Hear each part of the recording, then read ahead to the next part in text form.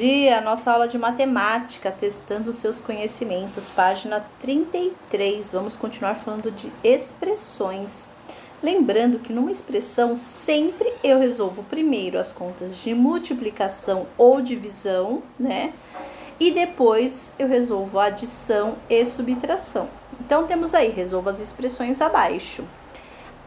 2 vezes 27 mais 3 vezes 10. O que eu vou resolver primeiro? Você precisa ir de um rascunho, né? Fica mais fácil. Para primeiro você resolver 2 vezes 27 e depois 3 vezes 10. E somar os dois resultados, tá? Na letra B.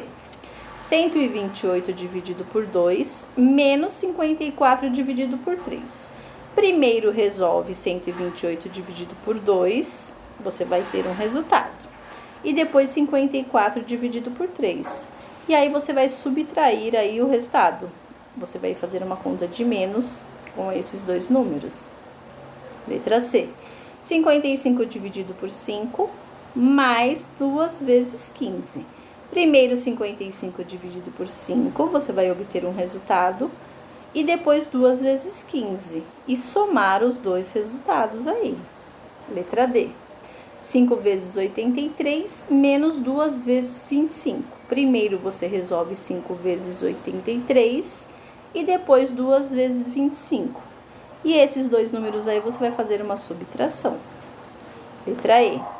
43 vezes 11 mais 127 menos 268 dividido por 2. Aí você vai resolver primeiro 43 vezes 11. Depois, você vai resolver 268 dividido por 2. Por fim, usando os resultados, você faz a conta de subtração, ou melhor, a de adição, e em seguida de subtração, tá?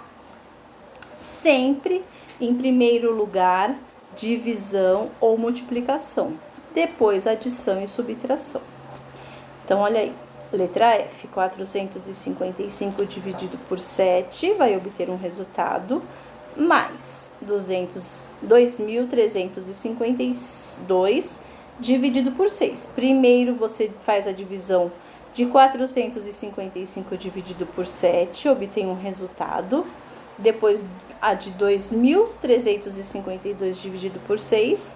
E aí você soma os dois resultados aí para me dar na nossa aula online. Certo? A página 34, nós faremos esse desafio juntos, né? Na nossa aula. E a página 35 agora. Nós aprendemos que exercer a cidadania também é combater o desperdício e consumir com consciência. Quando todos entenderem isso, o mundo será melhor. Leia atentamente a reportagem abaixo. O desperdício de comida o desperdício de comida boa por família brasileira. A Organização das Nações Unidas, ONU, atribuiu a crise de alimentos à vinheta de tsunami silencioso. No Brasil, temos problemas semelhantes. O desperdício. Segundo a Embrapa, uma família de classe média joga fora em torno de 182,5 quilos de comida ao ano, o que daria para alimentar uma criança no período de 6 meses. Nossa, quanto desperdício, não é mesmo? Esse texto fala das famílias brasileiras. Precisamos estar atentos e mudar a nossa maneira de pensar e de agir. Vamos conversar sobre isso e escrever sugestões para evitar o desperdício de tanto alimento. Podemos começar pensando que nós devemos, né, nossos pais devem comprar somente o que forem usar, né, gente? Somente o necessário. É uma maneira de se evitar o desperdício. Vamos aí. O texto informa que uma família brasileira desperdiça meio quilo de alimento por dia. Meio quilo de alimento por dia. Você conhece outra maneira de representar meio inteiro? Escreva abaixo. Então, o que eu posso fazer aí neste retângulo? Eu vou colocar o número 1 e abaixo o número 2. Então, 1 traço 2, assim como está aí embaixo, né? O numerador é 1 e o denominador é 2. Isso representa meio, tá? Se fosse 1 inteiro, seria só o número 1. Mas como é meio, é 1 em cima e o 2 embaixo, tá? Isso é uma fração. Se 1 quilo de alimento equivale a 1000 gramas, meio quilo equivale a quantos gramas? Qual é a metade de 1000, né? Você pode fazer essa conta aí ao lado. 1000 dividido por 2, né? E aí nós vamos encontrar 500 gramas. A fração meio representa a metade de um inteiro. Então, eu tenho lá um pacote de açúcar, né? Que é vendido assim com 1 quilo. E como que eu represento meio quilo, né? 1/2, né? 1/2 aí, mais 1/2 embaixo. Meio mais meio vai dar 1 quilo. Na fração, o algarismo que está acima do traço é chamado de numerador e representa a quantidade de partes do inteiro que estamos utilizando. O algarismo que está abaixo do traço é chamado de denominador e representa o número de partes iguais em que o inteiro está dividido, né? E vamos aí. Podemos usar as frações para representar outras partes do inteiro. Aí, indique a quantidade de pedaços do sanduíche de metro que estão pintados. Então, toda vez que eu for avaliar uma fração, eu conto quantos desenhos tem ao todo e coloco embaixo, tá? No denominador. E acima, quantos sanduíches aí estão pintados? São 4, então vai ficar 4 nonos. 4 e aí abaixo 9, tá? Isso aí eu leio como 4 nonos. A pizza, olha aí que delícia. Indique em quantas partes a pizza está dividida. Eu vou colocar o número de partes embaixo, aí no denominador, que são 8 pedaços. E quantas partes foram pintadas? 5 partes pintadas, então 5 eu coloco em cima. Pinte as partes da pizza, representadas pela fração 5/8, tá? Você vai pintar 5 pedaços de pizza. E agora o chocolate, hein? Indique quantas partes do chocolate estão pintadas. Então, são 2 partes, né? E o chocolate foi dividido em 3, então são 2/3. Indique em quantas partes o chocolate está dividido. 2/3 aí, tá bom? Agora, vamos lá. Recorte os retângulos coloridos que estão no encarte 1, na página 63, e use-os para resolver as questões abaixo. Letra A. Algum retângulo não está dividido? De que cor ele é? Então, vocês vão pegar lá o encarte da página 163 para fazer essa atividade. Então, na letra A, sim. O que não está dividido é o vermelho. O retângulo laranja, letra B. O retângulo laranja está dividido em 2 partes. Que fração representa uma parte desse retângulo? Então, seria 1/2, 1 em cima e 2 embaixo, que é a metade, né? Letra C. Em quantas partes está dividido o retângulo amarelo? 3 partes. Letra D. Uma parte do retângulo amarelo é representada pela fração 1/3, 1 em cima e 3 embaixo. Letra E. Que fração representa 2 partes do retângulo verde escuro? Aí seria 2/4, 2 em cima e 4 embaixo. Letra F. Pode-se afirmar que 5 partes do retângulo cinza representam um retângulo vermelho? Sim, claro.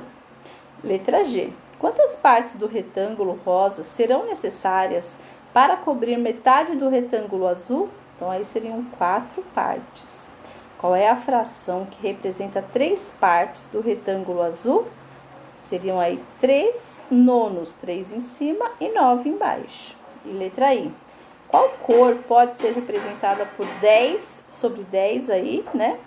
É o roxo, né? São 10 décimos aí, o roxo. Nós vamos fazer essa atividade juntos, né? Na próxima aula de matemática, para vocês entenderem sobre as frações. E vamos fazer a página 39, testando seus conhecimentos.